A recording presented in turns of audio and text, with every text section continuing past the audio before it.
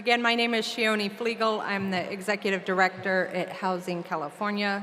Welcome to the final day of our 44th annual conference. It has been really wonderful to speak with many of you. I've had conversations with some new friends who have shared how they've come here for 30 years or 25 years, or this is your first year. And it's just been wonderful to be in community with all of you after so long not being able to gather.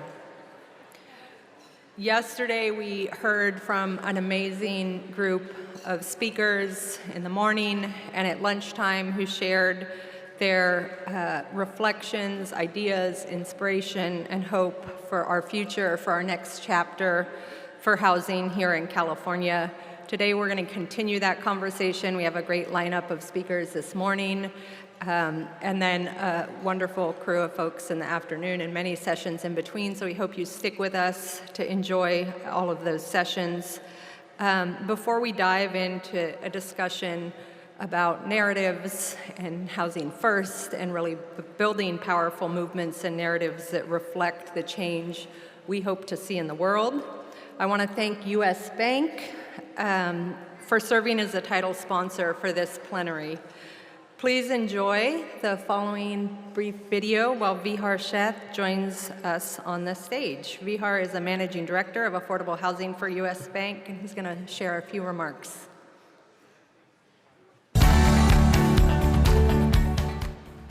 A safe and affordable place to live is essential to achieve financial stability. That's why we're leveraging our work to create greater impact, because access to capital for housing, small business, and workforce advancement creates opportunities for systemic change. When we focus ways to help close the racial wealth gap, we expand opportunity for everyone.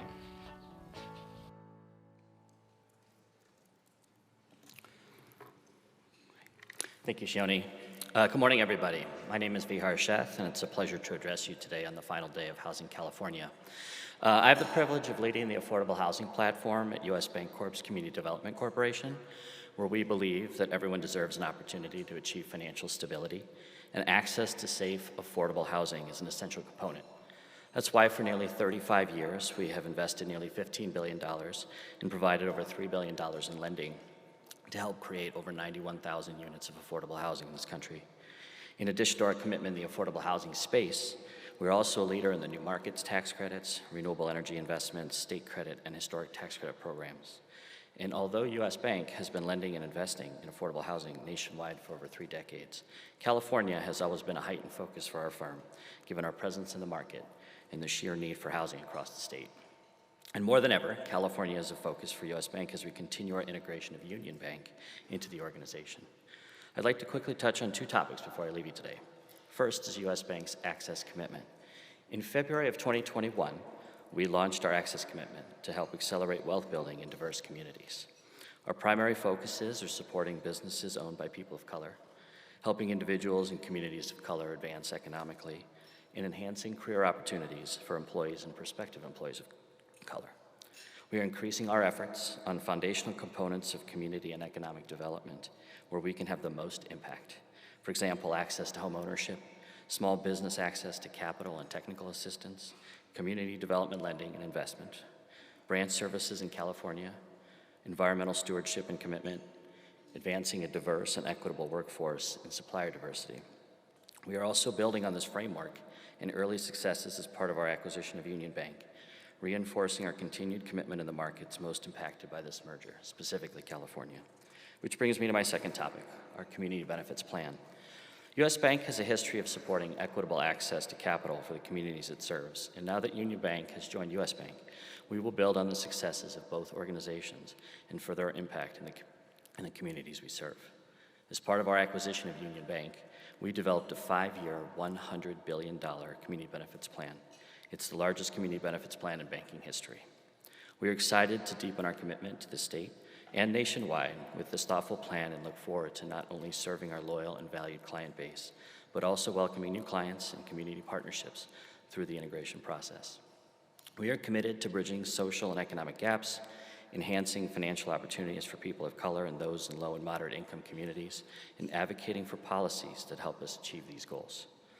We're also committed to serving the financial needs of all Americans and recognize that being a good corporate citizen goes beyond providing financial services. It is also about being intentional in the projects we invest in, the people and organizations we work with, and constantly exploring new products and initiatives that support people of color and communities where they live. Thank you for the opportunity to address you today and for all the work each one of you does to further our collective mission. It's now my privilege to introduce this morning's plenary. In the United States, there are over 500,000 people experiencing homelessness. The state of California alone has the highest homeless population with 151,000 homeless people. This is 1/5 of the total homeless population in the entire country. There's also a large and growing evidence base demonstrating that housing first is an effective solution to homelessness. Despite decades of research and lived experience in supporting housing first, it has become controversial. During this morning's panel, we will have the opportunity to engage in a timely discussion about the challenges that remain for adapting the housing first model at scale. Mark Doan, CEO of the Kings County Regional Homelessness Authority, will facilitate the dialogue with the esteemed panel of thinkers and experts that have joined us today. Before Mark joins us on stage, I also have the pleasure of introducing Richard Cho, Senior Advisor for Housing and Services at the U.S. Department of Housing and Urban Development, to provide a few remarks about this important topic. Richard, please join me on stage.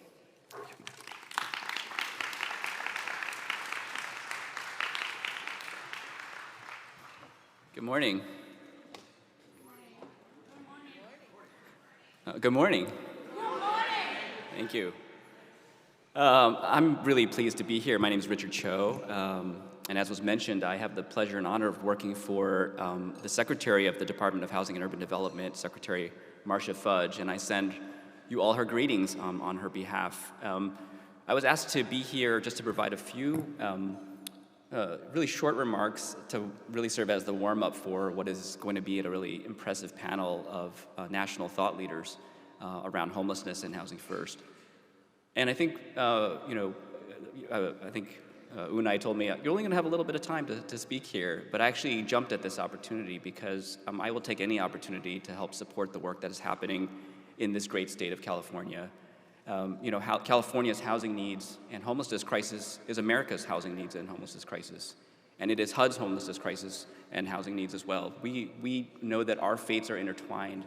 We cannot address the crisis of homelessness in this country if we don't also address it in California. And so I'm always extending, on behalf of Secretary Fudge and all of HUD, our hand in assisting all of you to do the work that you're doing in California. Whenever I take out these sort of West Coast trips, people ask me on the plane what I do, and I end up explaining to them the work that I do. And they inevitably get to the question of, well, why is homelessness so bad in California? And I say, it's because California is so great. People want to live here, and there's not enough homes for people to live here. And that's why there's people outside who sleep on the streets night after night. But I also, we also get questions from certain members, I'll say, of the opposition who say, how can you say that housing first is working if the homelessness crisis is so bad? Just look at California, and they like to use you all as the example for why our efforts to address homelessness through housing fail. And I don't even know how to respond to that. Every day, there are people in this state and all across the country that are finding the dignity and stability of a home through housing first. There are hundreds of thousands of people being housed every day, and our data demonstrates that. And if you look nationally, even though the last few years we've seen homelessness start to tick up, and certainly here in communities also become more visible, most communities in this country have seen reductions in homelessness. 2/3 of communities in this country have seen reductions in homelessness since 2010. From 2016 on, when we started to see homelessness increase, more than half of the continuums of care across the country have actually seen homelessness rates go down. The proof is there. Housing first works, where we're chasing and fighting upstream against a massive amount of displacement of people who are also falling into homelessness every day. This panel is going to speak about how we need to do a better job of explaining and messaging and defending housing first. And I say, housing first needs no defense. We see the proof of it every day in the work that you are doing. People are getting housed. People are finding the stability of home. People who, have suffered incredible injustice and trauma and challenges in their lives are finding the stability of home. Housing First works. And there's no question in the federal government's mind, here in the Biden-Harris administration, that Housing First is the solution to homelessness. We've doubled down on that strategy, provided communities with unprecedented resources. More housing vouchers than ever in history have been deployed. More housing vouchers that are focused on people who are experiencing homelessness than ever before. New resources to actually tackle some of the most difficult parts of the homelessness crisis. People in encampments, homelessness in rural areas, people who are living in unsheltered settings. We've doubled down on the Housing First approach, and I think, in our view, the Housing First needs no defense. But I also think it's important that we need to not just speak with our words to demonstrate that Housing First works, but we need to show that through our actions and our implementation. And in all of your communities today, you face challenges in making Housing First work for everybody who's experiencing homelessness. You face challenges in finding landlords who are willing to rent to some of your clients. You face challenges in finding additional housing units. You face challenges in putting together the kind of resources that people need, the combination of housing and supportive services. And so we at the federal government are doubling down. We are providing you all with the resources, and it's up to all of you to not say that Housing First works, but to show that Housing First works. And that means really doing everything you can to make sure that everyone has access to a safe and stable home, and also tackling some of the most visible and most challenging parts of the homelessness crisis. My main message to you is that you have a friend in HUD, you have a partner in HUD. We are committed to ensuring that we can help you implement the Housing First approach works. And I think what we can do is to make California not the symbol of how Housing First doesn't work, but the symbol of how Housing First actually does work. Because I think all of you have what it takes and have the tools and hopefully the resources to be able to really make a significant progress in reducing homelessness. We are starting to bend the curve on homelessness in this country once again. And I think I have my full faith that all of you in California can do the same. So really, on behalf of Secretary Fudge and President Biden, Vice President Harris, and the entire federal government, I want to just extend our hand of partnership and support to all of you in the amazing work that you do every day. So thank you so much. And I will now turn this over to Mark Dones and our esteemed panelists.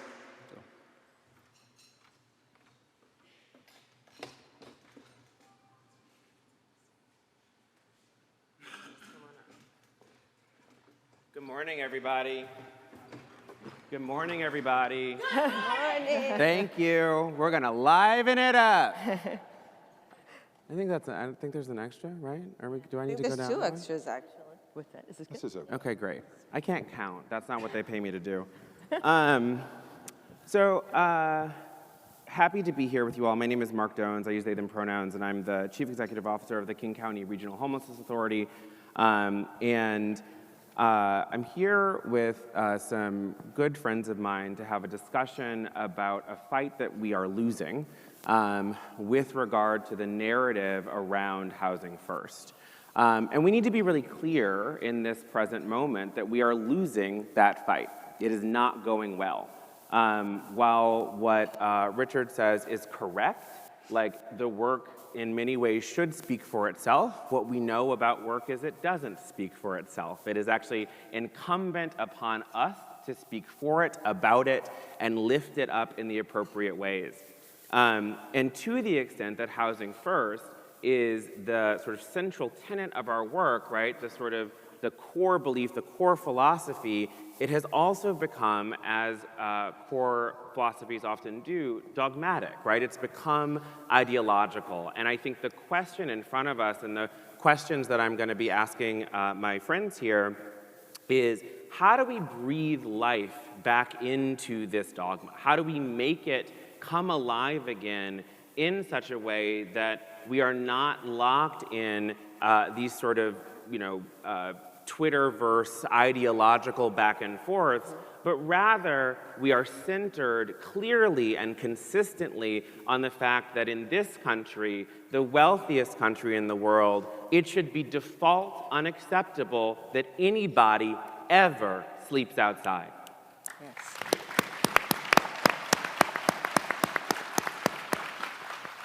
So I'm going to ask my first question to everybody.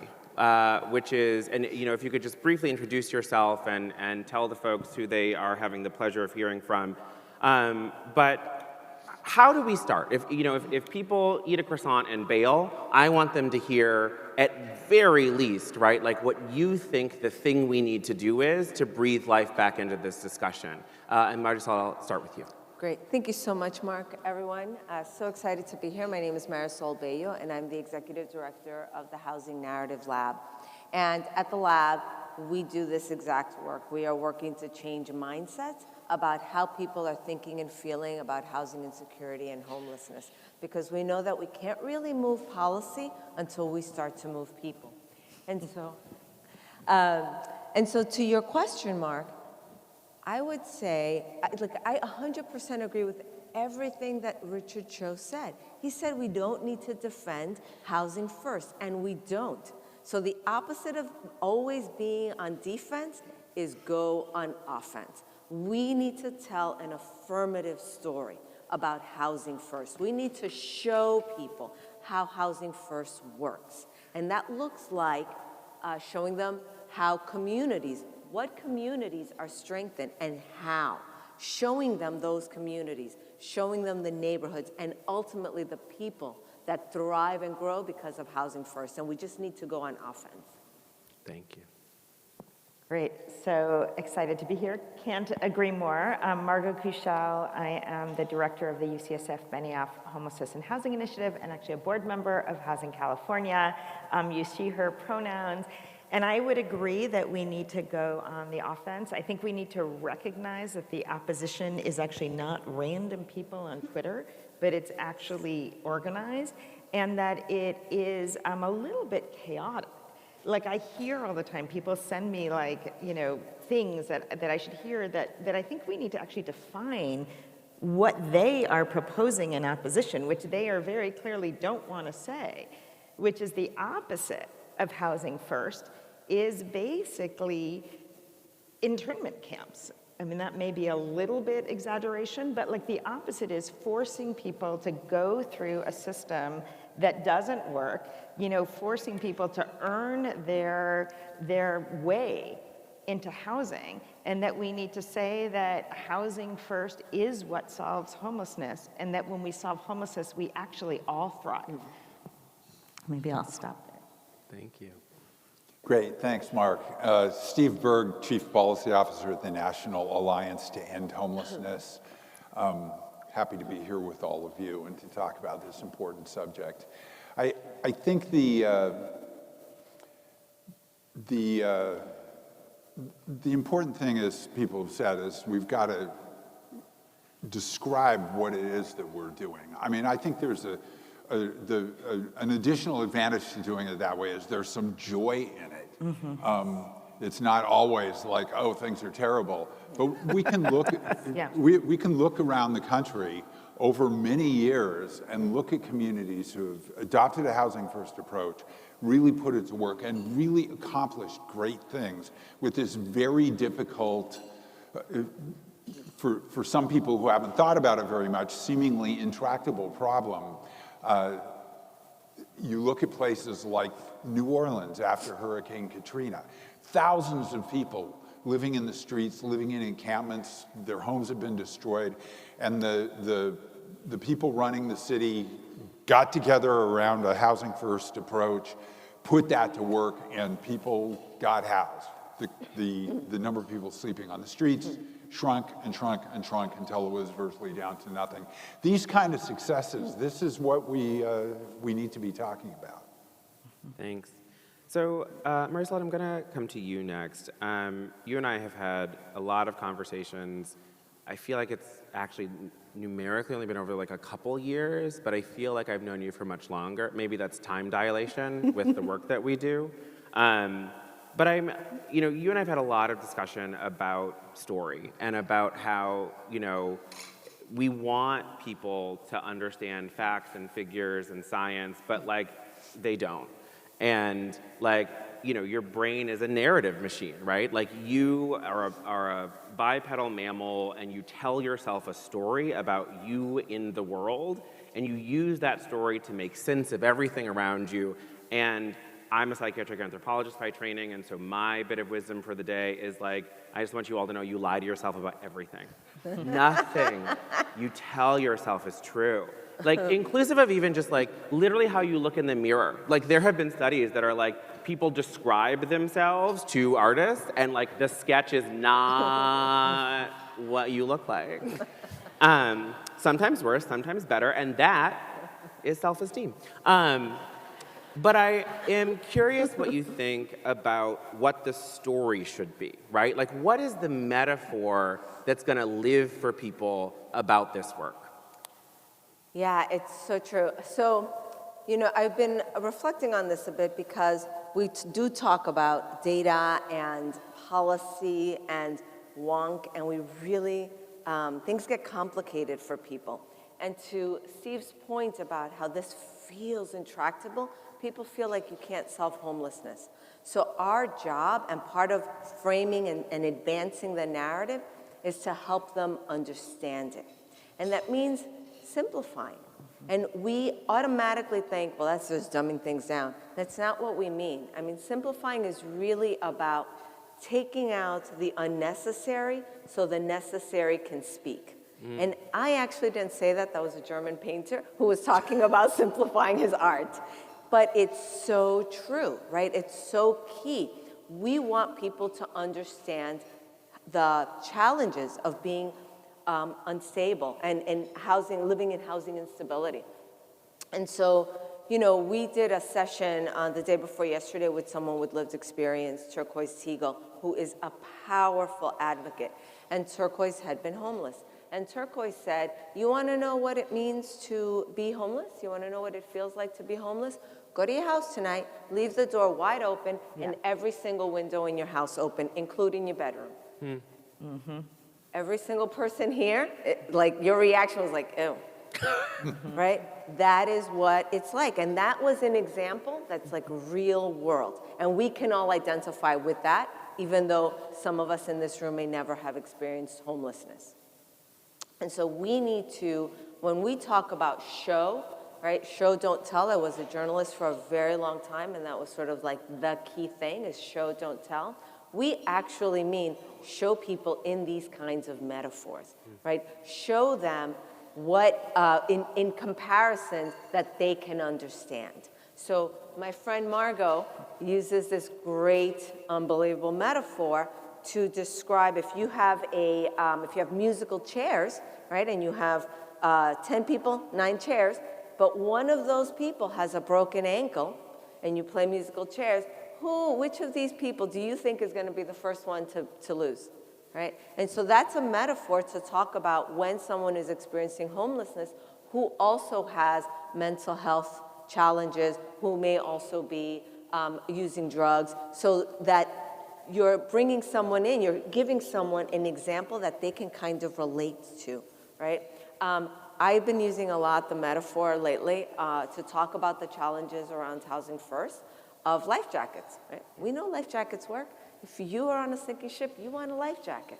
Well, guess what? If you're on a boat with 10 people, the boat capsizes, and you only have 5 life jackets, we still know life jackets work, we just didn't have enough of them. And so we need to talk in ways that people can relate this really big intractable problem in smaller chunks that they can kind of get with. I love that life jacket metaphor.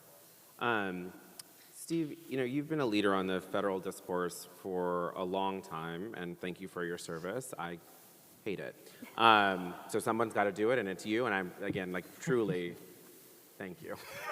And part of the reason I know I hate it is recently, you know, I think, as you know, I did a congressional briefing, and I felt like I was having a psychotic break. And just so I've had those.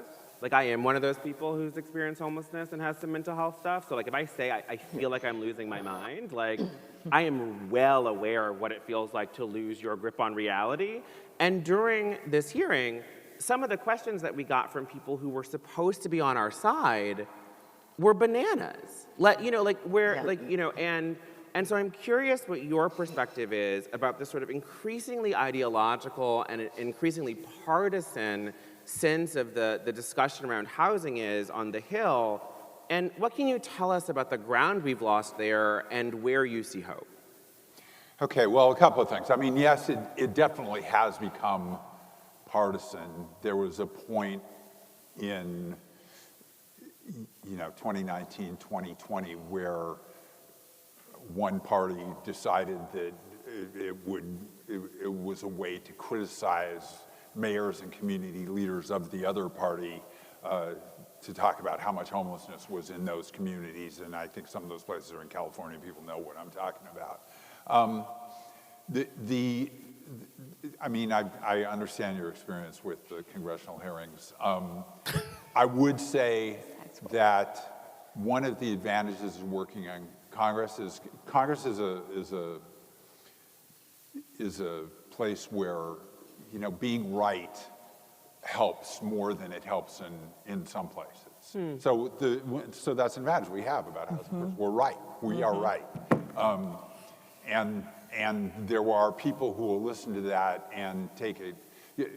For example, over the last couple of years, we had some people in one of the committees in the House of Representatives talk a lot about how Housing First was terrible, but it didn't really take in Congress because the people on the Veterans Committee, where they've understood the stories about veterans and how they've become not homeless anymore and how much veterans homelessness has been reduced. People from both parties on that committee said, no, we're not trashing Housing First because Housing First is what works. People on the healthcare committees who care very much about the healthcare industry, and the healthcare industry has saved a lot of money because of Housing First, and they are quite clear about that, and they talk to their members of Congress who listen to them maybe if they wouldn't necessarily listen to a homeless advocate. So it's about the fact that we've got good allies on this and are able to point to things where it's worked has helped some. We still got a lot of work to do. There's still in Capitol Hill, and then of course the people who are trying to change and move away from Housing First are moving away from Congress and working more with local communities where they're finding their appeal is a little bit more. Yeah. Coming from a community that deals with that daily, I can say, and I think many of you can probably say, that, to Margot's earlier point and some of the points the panel has made, right? Like, we are in a moment where while the term is stochastic, right? Like it feels random, but it is not random. And these are really well-financed and well-choreographed operations that are active in our communities because of that hyper-politicization of homelessness. And, I was chatting with Margot earlier and was saying, that when I started this work a number of years ago that no one needs to know, but what we focus on is that I look really good. And that actually is more important than the number of years I've been anywhere. But we had an opportunity to architect this statewide youth count, and it was the first in the country. And it was really exciting. And I remember being so proud of that work and so proud of that methodology. And, the governor I served under, who is brilliant, was like, I don't know why I need to care about this, right? Seems like you did your job. And now, right, I made shifts to our point-in-time cut methodology, and it was Bloomberg, Washington Post level news. And that has never been the case before, right? We have always been able to just sort of do our work and keep our heads down. And now the tiniest thing, because of these well-financed campaigns and this very focused and intentional disinformation, is going to land many of us in exceptionally hot water if we're not prepared. And to that end, I actually want to go to you, Margot, and to something that you said earlier. I don't think we do go on the offensive well enough. And part of that, I think, is that we don't define what it is the alternatives are, and instead we are constantly trying to explain housing first. What is it that the opposition wants done here? I mean, I think it's complicated, right? I mean, I often use like the story of the VA. The VA has been only housing first and has reduced homelessness by more than half. That is not, that's not a coincidence. That's because housing first works. Partly the opposition feels like, sometimes to me, like chaos actors. When I ask them what they want instead, they can't quite define it. But those that do define it seem to want one, treatment first. And I can tell you, I'm a physician, and we are the ones who do the treatment. And I can tell you, we sit around and say, what exactly are they talking about? I think it's useful to know, for instance, that Senator Fetterman, who is currently hospitalized with a mental health problem, first of all, I'll comment on how it sort of said how brave it is for him to say that he's being hospitalized. That just speaks to the stigma, right? When senators are hospitalized with strokes or cancer, we don't say, oh, it's so brave that they admit that they're hospitalized. Why is that, right? But it's actually very unusual that Senator Fetterman is being hospitalized for about 7 weeks. That's actually a very long psychiatric hospitalization. Most are, week, 2 weeks, 3 weeks, and then the rest is done outpatient. So somehow people want either treatment first. Treatment first means you go to the hospital for a week. I mean, it takes a week to get your keys, right? Big deal, right? If you need to go to the hospital, you go to the hospital for a week, and then you need a place to come out to. Or forced, inpatient substance use treatment, no data for it. Very few people need inpatient substance use treatment.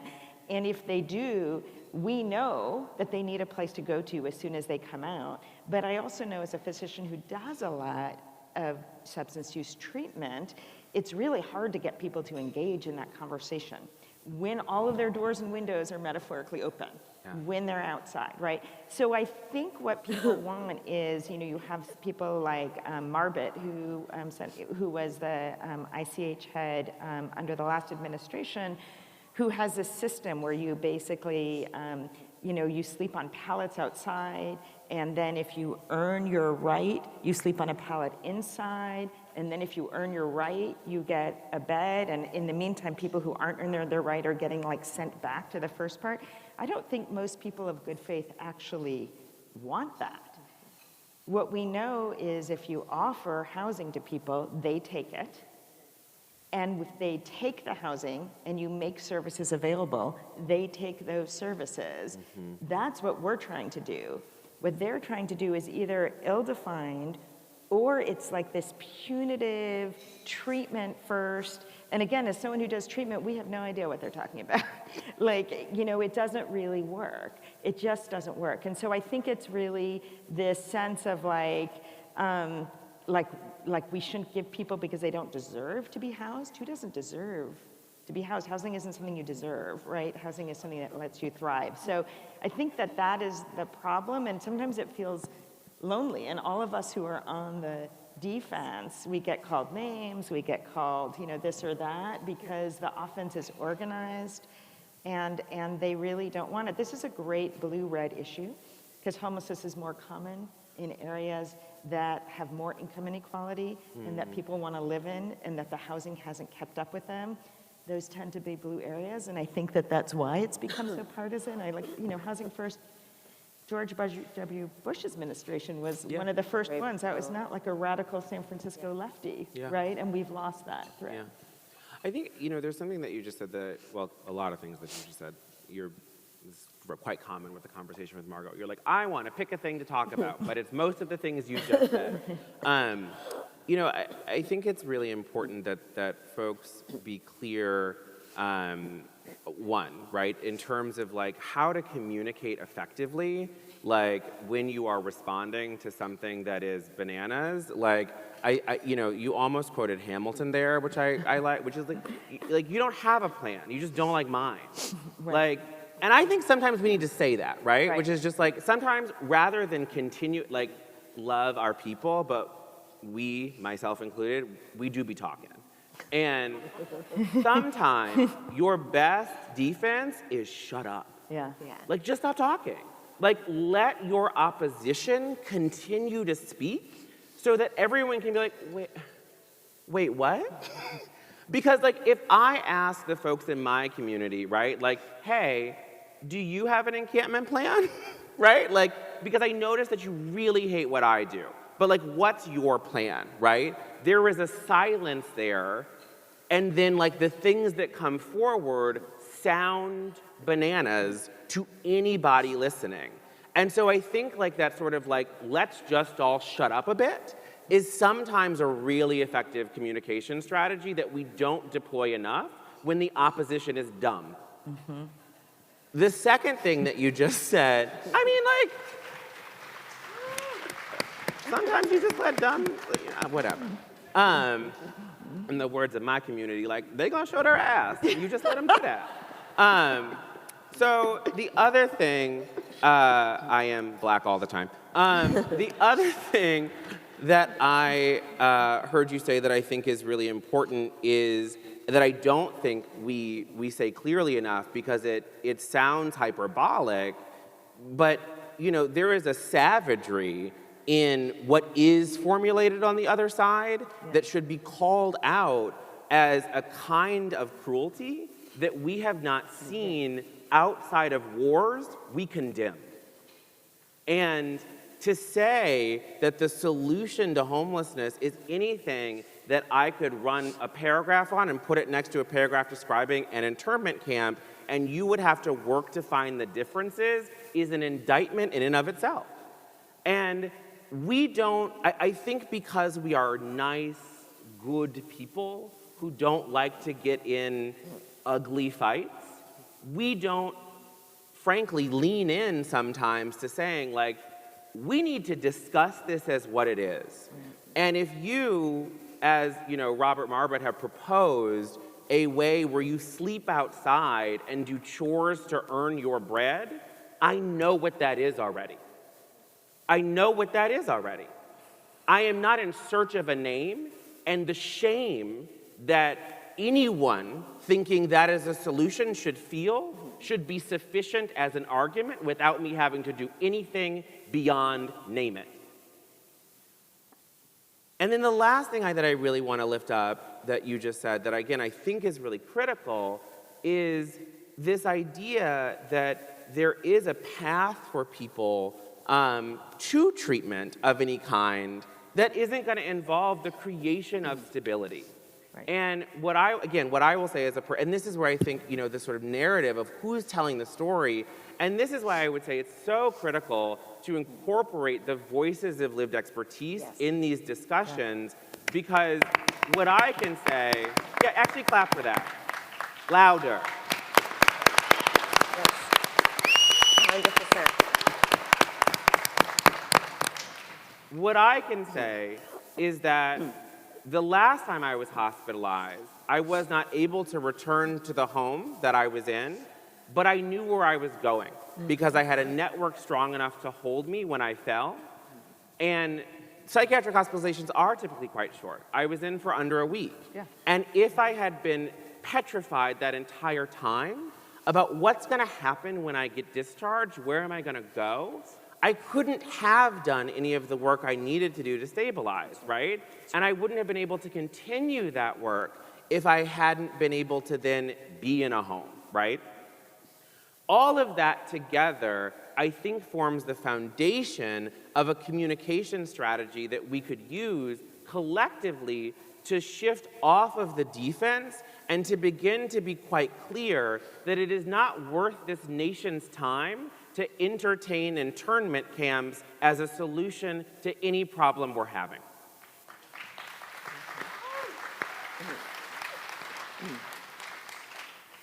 So I'm going to ask all of you a question now. So we hear a lot about how California adopted a housing first orientation in 2018, but homelessness has only increased.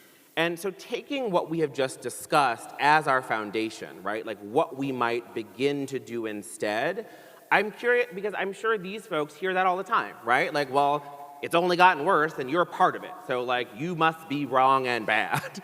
So I'm curious what you all would say to our folks about how do you respond to that notion that Housing First is to blame for increases in homelessness using some of the beginnings of our new framework? And anyone who wants to go first can.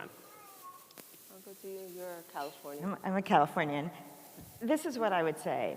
California right now has 2.4 chairs for those 10 kids, right? That's what we have. We have 24 units of housing that are affordable and available for every 100 extremely low-income households. There are 1.3 million extremely low-income households in California, and we are 1 million units short. That's why we're all here today. That's why I'm a physician who's not seeing patients this morning, but I'm here because I can't take care of my patients in 2.4 chairs for every 10 of them. And I think that the reason that Housing First asks the question of what do you do with those 2.4 chairs, and Housing First demands that we increase those 2.4 chairs for those 10 kids, right? Because when you have 2.4 chairs for every 10 people, or 24 chairs for every 100 people who need them, or every 100 households, you either people are sitting on top of each other or doubled and tripled up, which we see at the first days of the pandemic. I was calling everyone in our clinic who was diagnosed with COVID, and I'm hard to shock these days, but I was calling folks, and I will say that every conversation I had was in Spanish, because that was who was hit so hard at the beginning of the pandemic. And the other thing I will say is I called and I said I was doing rudimentary contact tracing. It was before we started contact tracing, and I said, who else is in your household? And by the time I got to 14 or 15 people in one-bedroom apartments, that's what San Francisco looks like right now. And I would call back the next day to check on the first person, and 4 people would be infected. And I would call back the third day, and 10 people would be infected. So that's why we are losing the battle, is because when you have 14 people in a one-bedroom apartment, people fall out, right? And some of them are going to be in the streets or in the shelters. I worry that we have framed the problem in California as a problem of unsheltered homelessness, which is terrible and it's awful. But the problem with that frame is the solution to unsheltered homelessness is sheltered homelessness. And with all respect to everyone who lifts up the unsheltered homelessness, it is horrible. We've had horrible weather. It is horrible.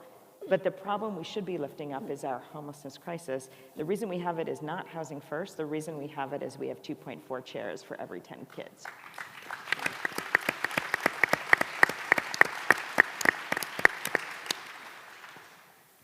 Yeah, I would agree with that 100%. I mean, I think that the two things to be lifting up in terms of California, I mean, first of all, it's just so ridiculous, right? That it's the idea that Housing First doesn't work because you have more people who are experiencing homelessness. Again, to the life jacket metaphor, it's like you don't have enough places for people to live. You have this number of units or apartments. I keep saying units, even I fall back into it and I say it all the time. We should never use that in like outside this room, right? But we just don't have enough places for people to live and to live stably and to be safe. And so I would say a couple of things. One is leaning really hard into the idea of the kind of community that we are and want to be. That's one. Right. The other is about the choices that we are making as that community. We have a ton of money in this country, but we make some choices, right, about how we use them and when we don't use them. And when we don't want to use them, we're like, oh, well, that costs too much money.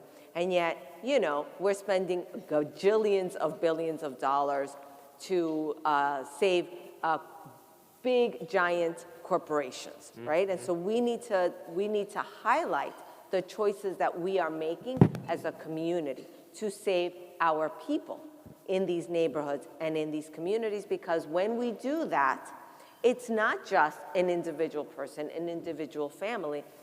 It means then that the whole neighborhood and the whole community will grow stronger and thrive. So really leaning hard into those values, really leaning hard into the choices that we are making.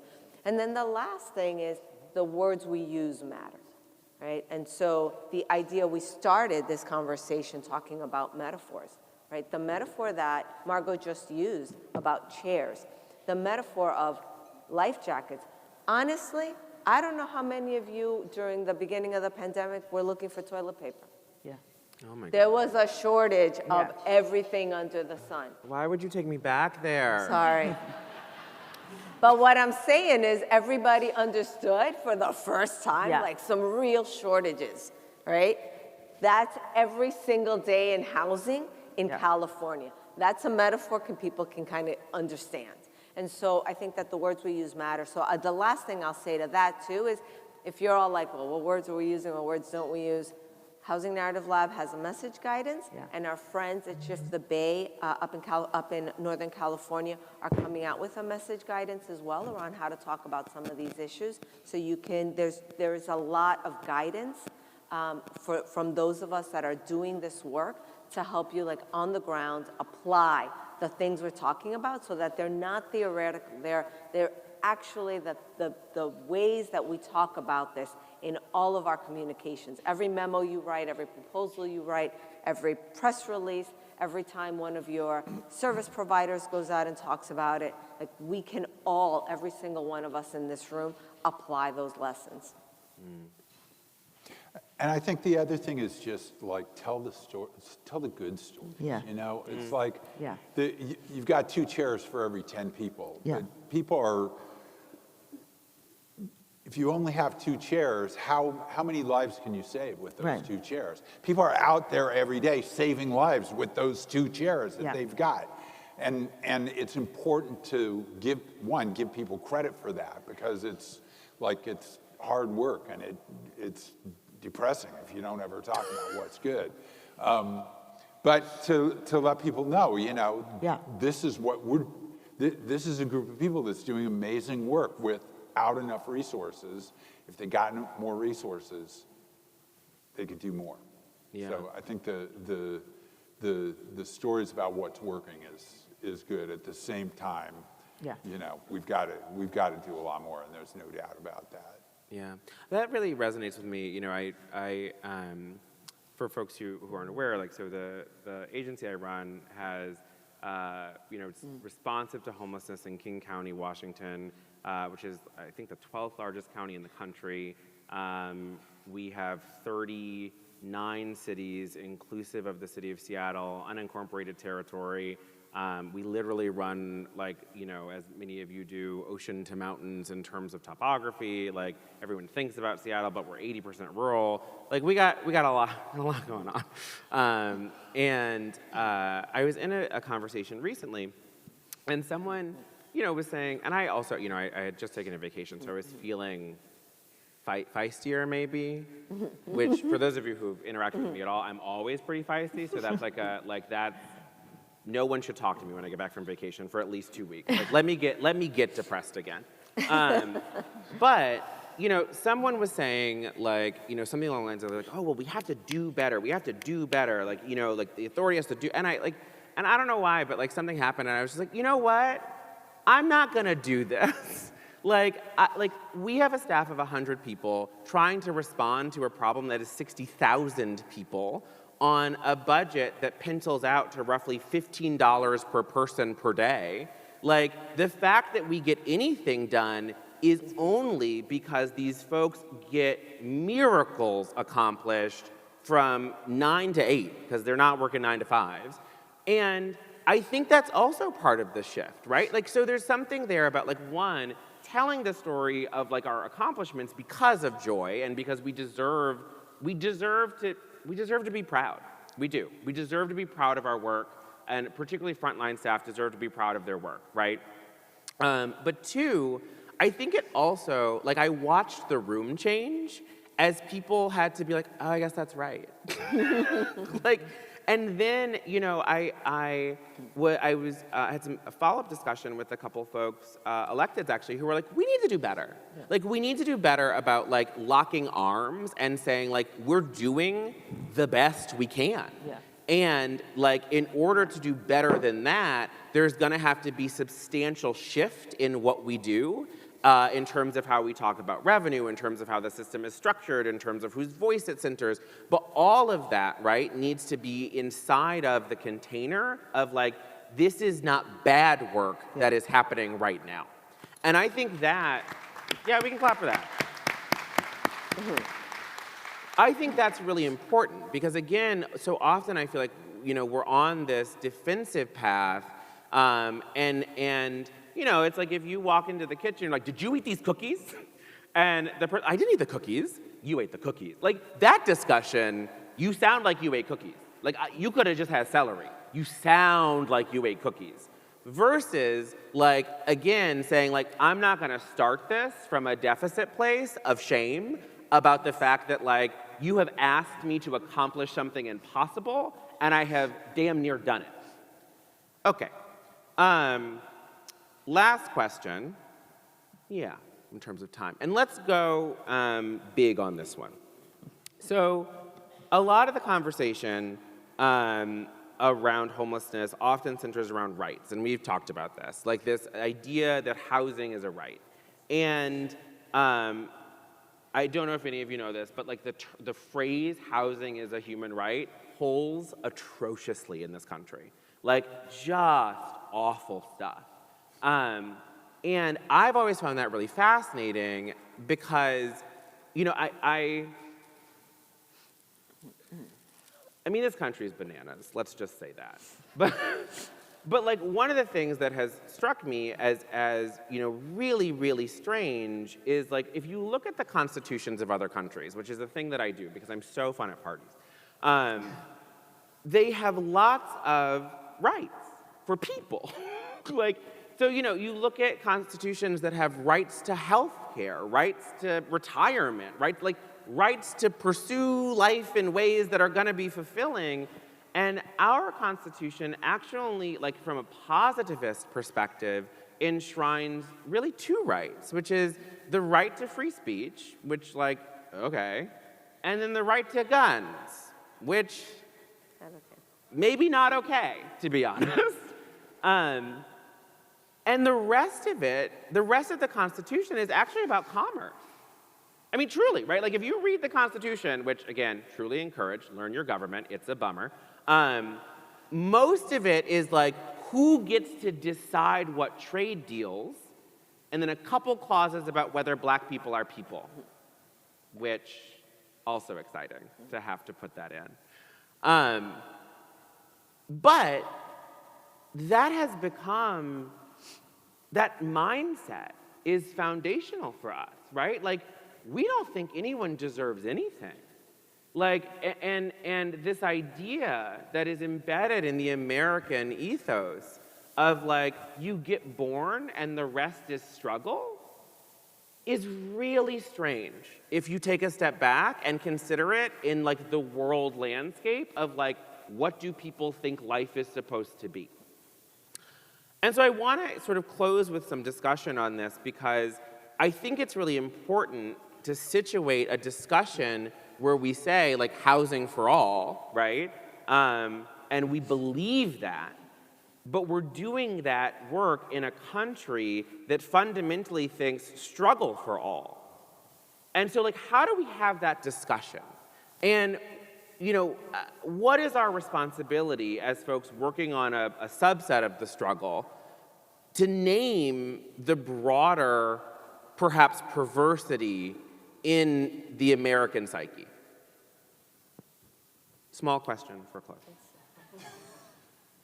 I start. I mean, we have a fundamental. We have such a fundamental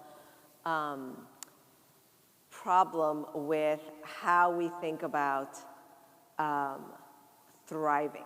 We have this idea of pulling ourselves by our bootstraps and individualism, and then I think what you're also identifying is, like, there is a lot of us, right? There's a philosophical shift where many of our fellow Americans and people who live in this country feel this individualism, this bootstraps, and then there are those of us that say we have to do this together.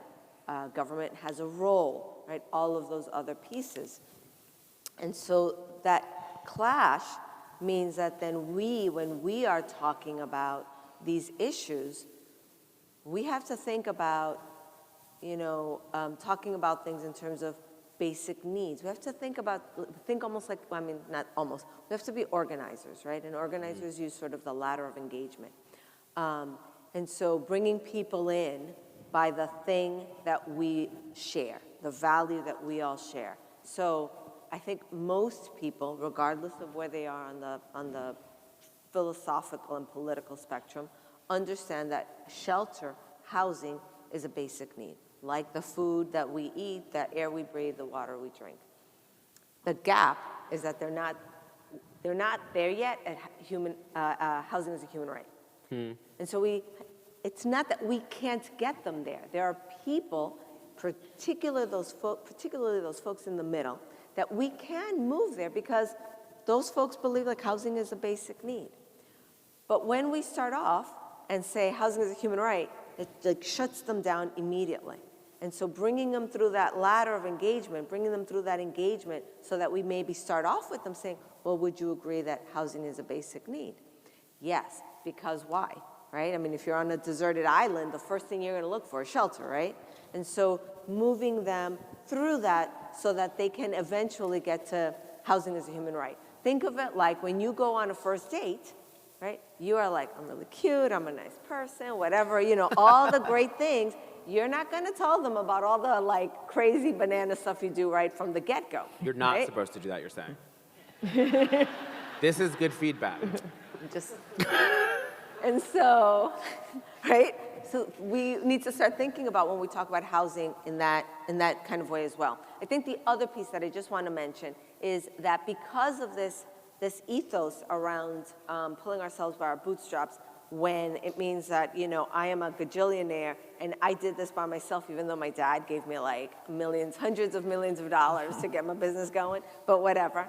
I do think that housing is also part of an issue around how we see people who are poor, people who are struggling to get by. And in this country, we hate poor people. Like, that's real. We hate poor people. And we have this frame of like who is deserving and who is not. And that's part of what we need to break when we look at this idea of breaking the bootstraps. So framing things more like all of us, we have dreams. We bring joy to the world, all of us, so that we all can get past these barriers that have been put up to trap us in certain lifestyles and certain communities because of who we are, the color of our skin, how much money we have in our pocket, where we were born. So we need to really be thinking about how we reframe some of this individualistic ethos. I'm not saying it's easy, like we're going to get off the stage here and be like, all right, we got this, we're done, way to go. But I think that if all of us, right, and I mean all of us in this room and all the people that we work with consistently, repetitively, right, like that's the key, everyone, everywhere, all the time, doing this work, whether it's in small steps or in big steps, right? This is how we start to seep in and break through that narrative. And we've done it. I mean, it's not like we have never done this before. 50 years ago, people did not want to put on a seatbelt. 50 years ago or 100 years ago, people were, or not 100 years ago, never mind that one, but 50 years ago, people were drinking and driving, right? That's true. Yeah. And it was like this, there was an ethos of like, I'm off of work, I'm gonna go have some beers, and then I'm gonna get in my car and go home, right? 50 years ago, not everyone could marry the person they loved. Guess what? So we have done this, and we can do this, but we need to be really intentional to use some of the strategies that we've talked about on the stage today.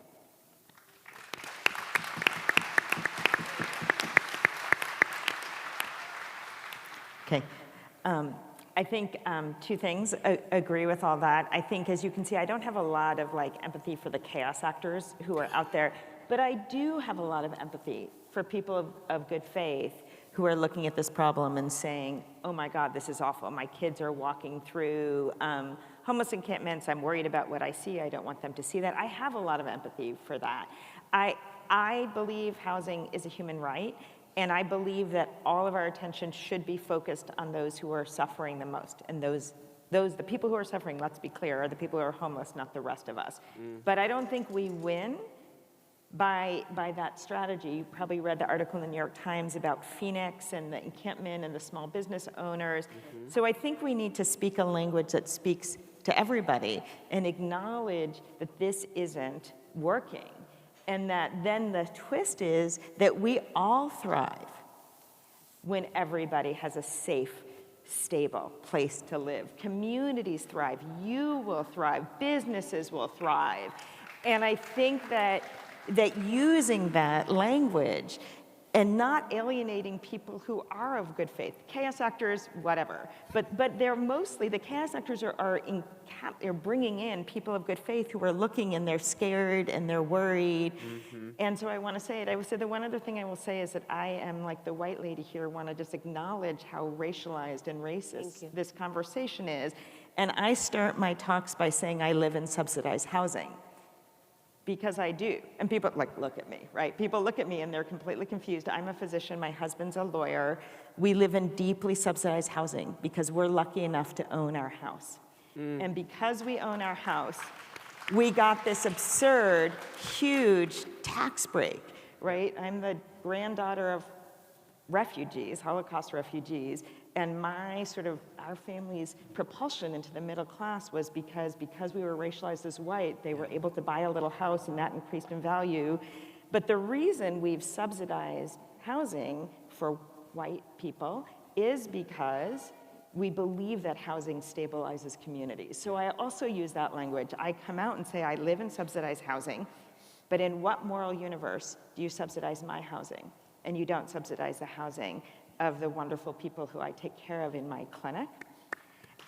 And yet I play into the fact that the reason we've subsidized my housing is we fundamentally believe that communities are safer when people are stable. And so we all thrive when we solve this problem. So that's what I say. Yeah, I think that, what you said about viewing people as, needing to earn their keep or whatever. It's a real thing. People do think that, and people have thought it for a long time. I remember working on a case when I was a practicing lawyer once, and happened to be able to look at some documentation from the 1600s in Connecticut where it was just like exactly the same thing you hear from people in some of these congressional meetings about people needing to earn what they get. So that's a real thing, but it's also true that through a long period of time, there have been other sorts of ideas that people have too about community, about taking care of each other. And it's important that we remember those other things and elevate those. And that's part of it's I keep talking about joy, I guess, for some reason. It's much more joyful than trying to be the ones who say who doesn't deserve anything, but more talking about, we're gonna make this country better for everybody, including people who are living on the streets right now. And there's ways to do it. And thankfully, there's a whole bunch of people who know exactly what we need to do to make that happen. It seemed an intractable problem, but then I heard people talk about how we know exactly how to end homelessness. And the only reason we're not doing it is we're doing it great for Right. 2 people out of 10, and the Right. other 8 there's no chairs for. Well, those chairs, we got chairs. We can put money on the table. Money is, as Marisol was saying, it's like in the United States of America, money is the reason we don't do something that we want to do. I don't think so. So I think there's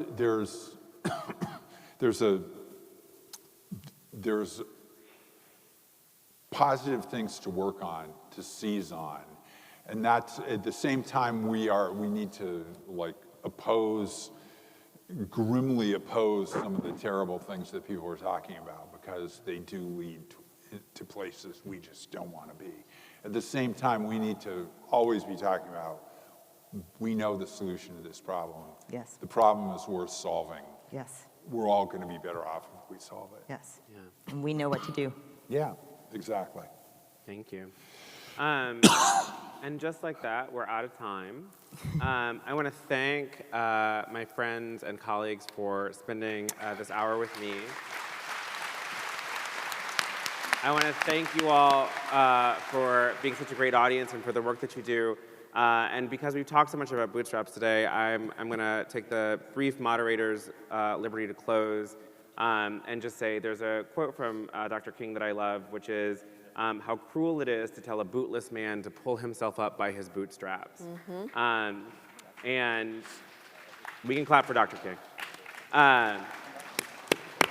But you know, what I think is really critical that we all walk away with, you know, a little like spine stiffened around is like the time has come to end the defensive and to begin to name the America we want to live in.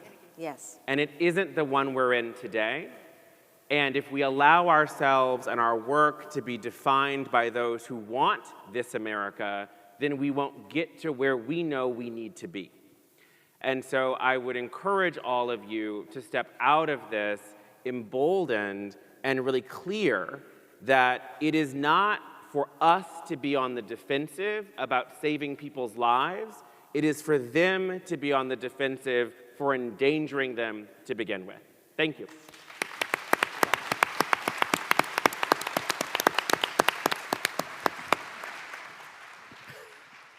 right, let's go.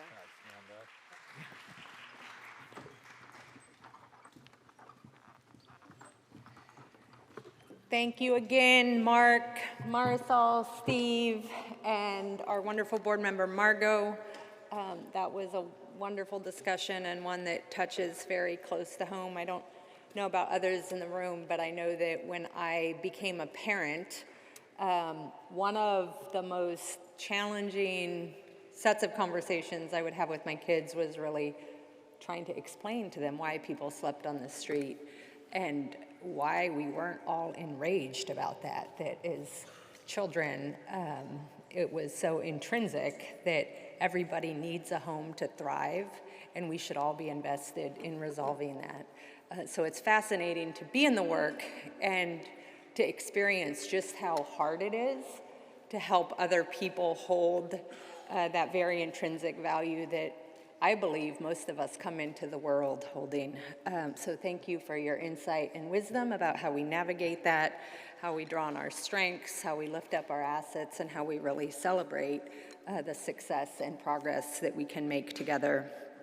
I now have the honor and pleasure of welcoming Mayor Todd Gloria from the beautiful city that we're all on.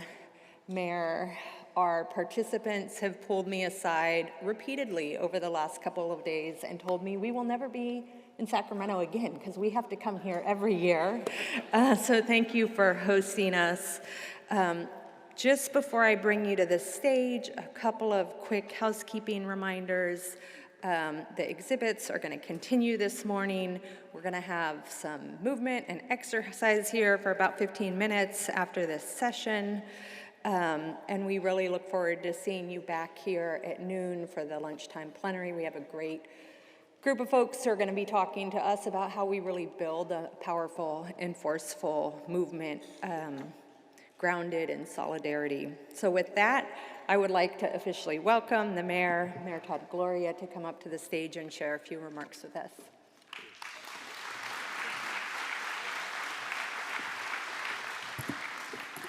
Thank you, Shioni. Thank you for that introduction, and welcome everyone to San Diego. As mayor, let me just get it out of the way right at the beginning. I'm so sorry about this weather. I truly apologize. You know, I'm a native San Diegan. When it's not 73 and sunny, I don't know what to do. So just consider this a mayoral rain check. You're welcome to come back when we get back to our normal weather.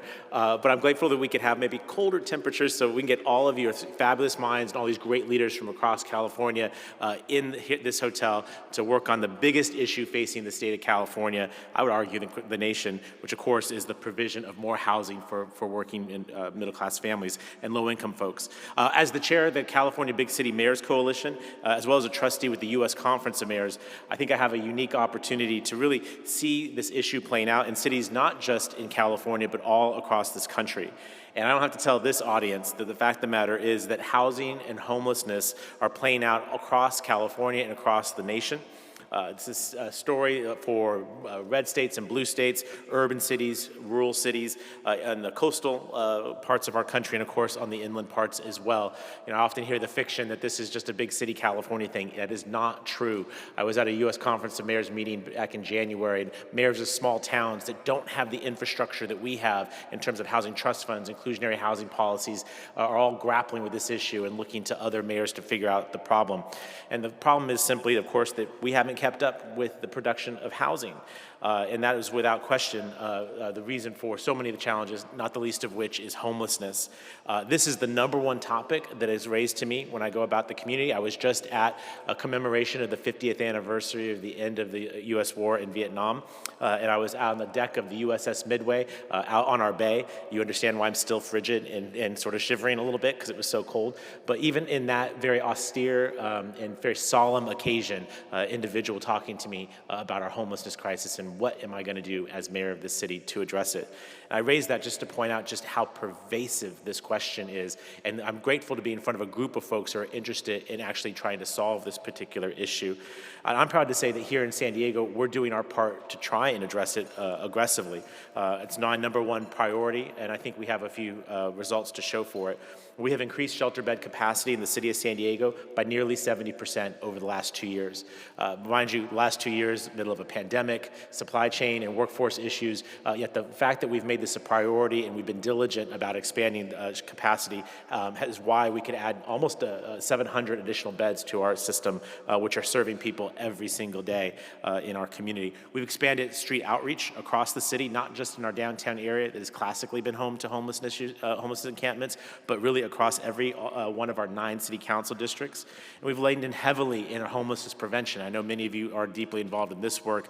My hope is that next month the city council will consider a tenant protection ordinance that I've crafted with our council president to make sure that we're reducing the number of evictions in our city. But of course, it's not just the provision of housing and the need to make sure renters stay housed. It's also an issue around behavioral health. I was in Sacramento yesterday working on this particular issue because the fact of the matter is our behavioral health system was crafted back in the 1960s. And I don't know any particular challenge that we can grapple with today using solutions from half a century ago. We have to engage on this issue. New strategies, new solutions are necessary. And I think that what the progress we're seeing on issues like conservatorship and care court indicates that the legislature understands that we need to work on this issue, not just provide more housing, not just provide more tenant protections, but also to address some of the root causes around mental illness that, frankly, we don't talk enough about. And if we're not talking about it, we're not addressing the whole of our housing crisis. But I want to just be diligent. I want to be very specific and direct in saying we all know why we're here, because housing is what ends homelessness, period, hard stop. In fact, I'd put an exclamation point on that. And San Diego is doing all that we can to actually increase the amount of housing of all types, but particularly affordable housing. Our efforts are serious enough and prolific enough that we've earned the designation of being a pro-housing city from the state of California. We're just one of 10 cities in the state to receive this recognition. I appreciate that. Thank you. I'll take that. Ask your mayor what they're doing about housing, right? We got this, I think, because we have done a lot of innovative programs, density bonus programs that tend to exceed state minimums and have become a model for the rest of California. Policies that have encouraged accessory dwelling units, not just the bare minimum set by the state, but going really much farther beyond that, because we understand that it's naturally occurring affordable housing. Removing parking minimums for housing projects that are near transit. Our enthusiastic embrace of Senate Bills 9 and Senate Bill 10, which we're currently in the process of actually implementing in the city of San Diego, while we, of course, know some other cities resist. Our ongoing community plan updates one after another. I hear about it in every neighborhood I go into that we're doing it, but we got to do it, which are dramatically expanding the capacity for new housing across our city, creating more opportunities for by-right housing, which cuts development times considerably. Our Homes for All of Us initiative that includes 20 unique reforms to help build more affordable housing faster. Our Bridge to Home initiative, where we're directly investing in affordable housing projects in neighborhoods across the city, in our historically underserved communities, as well as our high opportunity areas. Every neighborhood in San Diego has to be a part of solving our affordable housing crisis. This is not just something we're putting in those neighborhoods, if you catch my drift.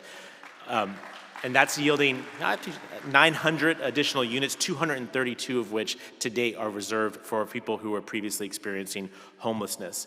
I issued an executive order directing city staff to process 100% affordable housing projects in 30 days, cutting what is normally a 6-month process at a minimum to just 30 days to show that we are intentional in prioritizing the creation of more housing. And last but not least, the issue that brings many of us here together is the full embrace of our Housing First principles, which I think are extremely necessary to making progress on this issue that is so important to all of us. You know, I like to think of my city as being an incubator for innovative housing solutions, and I want our city to be seen as a leader in this issue. I think we have some proof or some claim to the fact that what we've started as municipal ordinances in San Diego have now become state law, and I want to continue to do that to push, to move the needle, to push the progress on this particular issue, because I know that my city cannot solve the state's housing crisis by ourselves. We need every city in the state of California doing their part to make sure that we can actually put roofs over people's heads at prices that they can afford. And I'll put our money where our mouth is. San Diego is responsible for planning to accommodate more than 108,000 new homes in our current RENA cycle. We embrace this goal, and we're trying to go beyond it because we recognize zoning is not sufficient, right? Someone's got to pull that permit. Someone's got to actually construct that unit, and that's why we have to exceed those minimums in order to make sure that we get anywhere close to those targets. We want it. We will do this. I love that. This is the only crowd where anyone laughs or applauds for this, so I appreciate that. They will like it when they have a home they can afford. They will like it when they don't have to travel out of state to see the grandkids, right? They will like it when they see fewer encampments in their communities. So I recognize on the front end it's a little bit rough, but on the back end I believe it'll be well embraced. And I want to just conclude by telling you why I feel so strongly about this. You know, I am the mayor of San Diego. We're the second largest city in the state of California, 8th largest in the United States, and I'm really proud of my hometown. And I'm here to tell you that I'm the son of a maid and a gardener. Don't let the shiny shoes and suit fool you, okay? I'm the first in my family to go to college.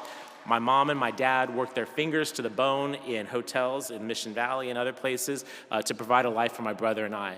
And what I can tell you is while we were never economically privileged, that's an understatement, I would tell you, what my parents were able to do through their hard work and persistence was be able to buy a home in San Diego many, many, many years ago.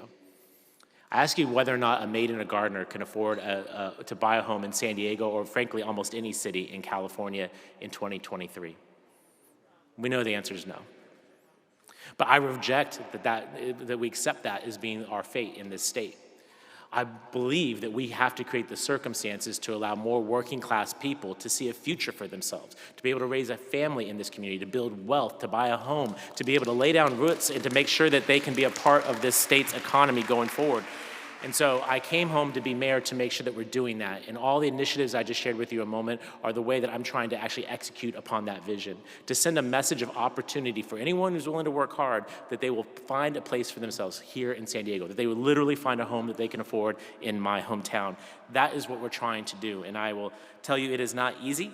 On a daily basis, I'm told by people who are upset about our homelessness crisis, and in the very same conversation, talk to me about how upset they are about our pro-housing policies. You think it's so interesting. You have to bite your tongue a little bit, right?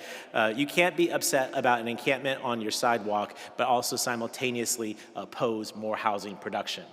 I mean, you can. It happens to me every day, but it's not consistent. Right? It's inconsistent, and it's a part of how we found ourselves in this position of over 100,000 people in this state living outdoors. This is maybe a little bit of tough love, maybe a bit of a cold medicine that we have to serve, but it's intellectually dishonest for people to kind of trade in that sort of rhetoric. And so while I don't know how that's going to play out in a long-term political career, I'm here to make the best use of the time that I have to pursue more housing policies that will actually get people into housing. We will not cling to the old way of thinking, because the old way of thinking has gotten us to a situation where no one can afford a home, where people's rents are rising at a rate that they can't accept, and we have thousands of people living outdoors. I'm the mayor of this city. I earn a good wage, but even I can't afford a home in my hometown. And that's ridiculous, right? So you understand why I'm motivated to do this and why I want to be here today, because I believe that all of you share this passion for this issue. We have to do something.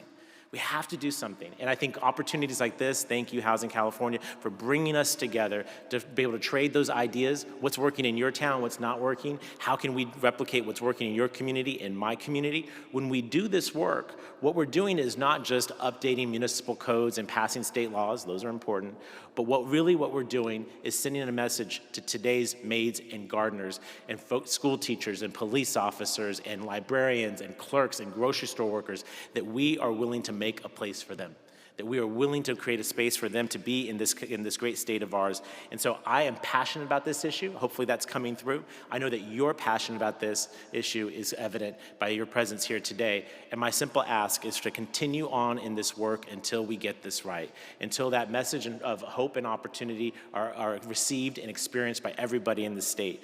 It is absolutely unacceptable where we find ourselves today, but I believe that we can change it. And because of the work that you all do and that Housing California does, I've been able to witness that progress, but we're not there yet. We got to stick on and stay with it. And I would just commit to you that the second largest city in the state of California will be with you every step of the way, innovating, leading, and hopefully driving the change that we're so desperate to see. So again, thank you for making the trip to San Diego. Thank you for bearing with us with this weather. Again, you're welcome back at any time. A reminder that San Diego's tourist tax is a lot lower than most other big cities in California. So we're a relative bargain. This is where I remind you to shop a lot while you're here. It's like free money because it's so much lower, right, than the other communities.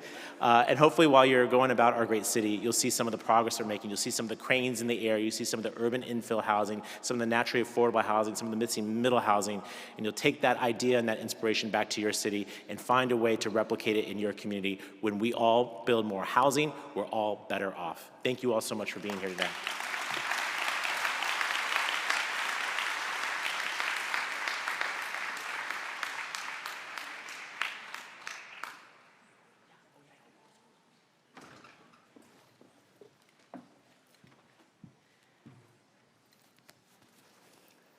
Thank you all. We're gonna break now. We'll have some movement in here and a whole lineup of sessions that start, what time do they start? At 10:45. So enjoy some coffee, some tea, some networking, and then we hope you move into the conversation and get to hear from your wonderful colleagues in the next round of sessions.